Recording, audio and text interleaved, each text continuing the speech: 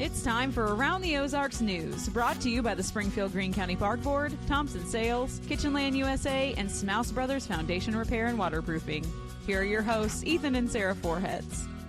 Hi there. Good morning to you on Thursday. Glad you're with us. We appreciate you watching, appreciate you listening. Whatever it is you're doing on your drive, thanks for being with us. Let's tell you about some news. All right. The bomb squad was called out to a traffic stop in Aurora. A driver was apparently driving his car with a live IED, like improvised explosive device, on him. Officers pulled him over on Tuesday night for blocking an alleyway near Elliott and Cofield. They ended up finding it in there. They took it to a nearby firing range to detonate it. Police also say they found illegal drugs on him as well and some paraphernalia. No charges have yet been filed. All right. If someone you know has a fentanyl problem, hopefully that's not the case, but if it is, they need to know that there is what is called the purple fentanyl. Ethan and I were talking about this a few days ago when it was in Oklahoma, but apparently it has made its way to Missouri. It's called purple fentanyl because the pills are purple in color. That substance has recently been found in Johnson County, Missouri, and in Omaha. Police say that it is fentanyl that has been mixed with an anesthetic lidocaine. And that is what makes it resistant to Narcan.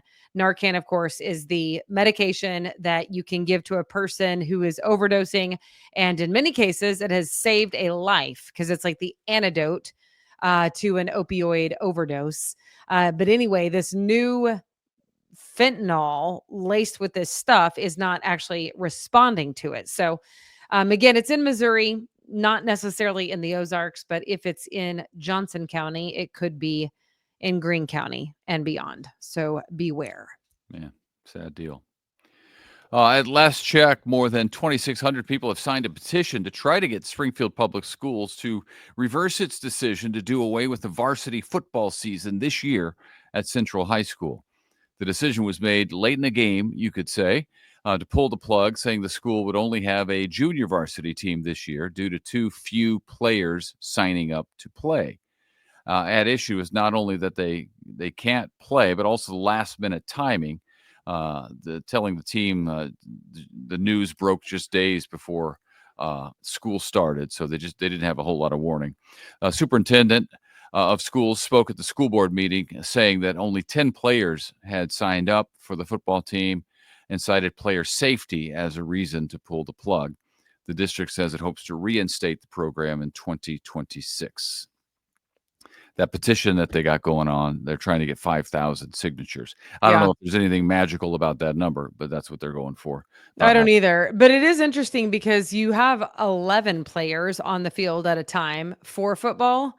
So apparently there were like 4 seniors and 6 juniors, I think. So, it's a hard sell, but also the timing is absolutely terrible. Well, you got to have a lot of, how do you know who's going to sign up to play football until they do? Until it's time to do that. You know what I mean? Know, yeah. I don't know how far in advance you could know that not enough kids are going to play. Yeah. Big hat tip to the Rotary Club of Table Rock Lake. They made an $8,000 donation to the Reed Spring Band after a thief stole the band's trailer that the band operates out of, carries all their equipment, instruments, that sort of thing.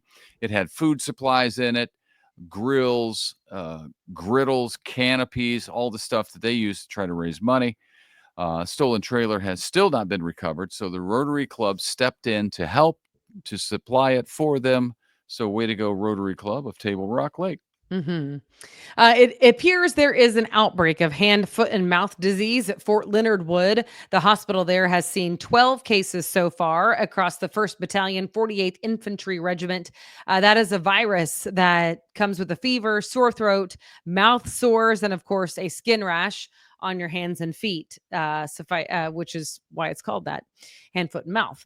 Most cases apparently are pretty mild, but make sure you're washing your hands and all surfaces because it is easy to spread. So you got to be very sanitary.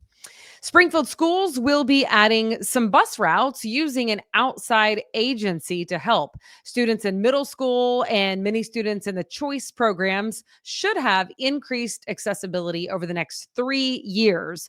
The school board agreed to a $750,000 bid that was approved through a statewide cooperative purchasing agreement. So with this third-party bus driver helping out on some routes that need covered, the district says it'll be especially beneficial for students who have disabilities because they typically should have the same driver every day. Yeah, that makes sense. Okay. Absolutely. Yes. Heads up, next Saturday is called Saturation Saturday. It's a time when law enforcement agencies across the state and really across the country focus on pulling over drivers who have been drinking or who they think have been drinking, hosting checkpoints to randomly check people. The Labor Day weekend is one of the busiest and sadly most dangerous weekends of driving out of the whole year. Officers say their motto is drive sober or get pulled over. In 2023, drunk driving killed 510 people over the Labor Day holiday weekend. It's a lot of lives shattered, family members shattered. Sadly, the Kansas City Chiefs defensive end Felix Anudike-Uzomah, his season is over really before it ever started. This was supposed to be his third season in the NFL. He played for K-State, then was selected to the first round of the 2023 NFL draft.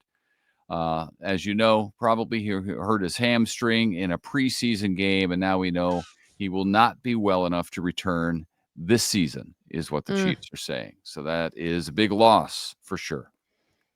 And then there's a former Missouri Tiger football player and former Kansas City Chief player will now be behind the microphone for a while.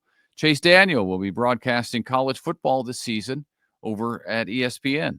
He played at MU from 2005 to 2008 and then spent 13 years in the National Football League, including 3 seasons with your Kansas City Chiefs, 2013, 14, and 15. Very cool. Good for him. One of the biggest power boating weekends is coming up this weekend at Lake of the Ozarks. The shootout draws thousands of boaters and fans. This is the 37th year for that race as competitors vie for the Lieutenant Governor's Cup and what's called the Top Gun Award. The main event starts Friday. So tomorrow, people are already there. They're lined up. Traffic is snarled. Businesses are full.